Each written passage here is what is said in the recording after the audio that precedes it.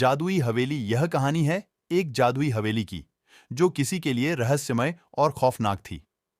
हमारे कहानी के प्रमुख पात्र हैं राहुल, नीता और राजू। राहुल, नीता और राजू तीन दोस्त थे जो एक दिन एक गांव में घूमने गए। वहां जाकर उन्होंने एक पुरानी हवेली देखी, जिसका बहुत ही भयंकर और खौफनाक चित्र हो रहा था। नीता बोली, क्या हम उस हवेली में जाकर देख सकते हैं? ये कुछ रोचक हो सकता है। राजू डर कर बोला, नहीं, मुझे वहां नहीं जाना है। लेकिन राहुल बोला, आओ, चलो वहां जाते हैं। ये सब कुछ सिर्फ किस्मत पर होता है। तीनों दोस्त हवेली में प्रवेश करने लगे। हवेली का अंदर बड़ा ही डरावना था, लेकिन वे बड़े उत्साहित थे। जैसे ही वे हवेली के एक कमरे में पहुंचे, वे एक बड़ा पुराना आईना देखा। आईने में उनकी छाया कुछ अलग दिखाई दी। जैसे ही वे आईने की ओर बढ़े, वे अचानक उसमें प्रवेश कर गए।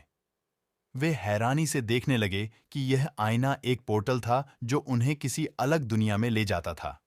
वह दुनिया बहुत ही रोचक और जादुई थी।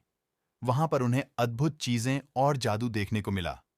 तीनों दोस्त उस दुनिया में खो गए और वहां के जादू से बहुत ही प्रभावित हुए। लेकिन वक्त के साथ वे यह समझ गए कि यह जादू दुनिया उनके लिए खतरनाक हो सकती है।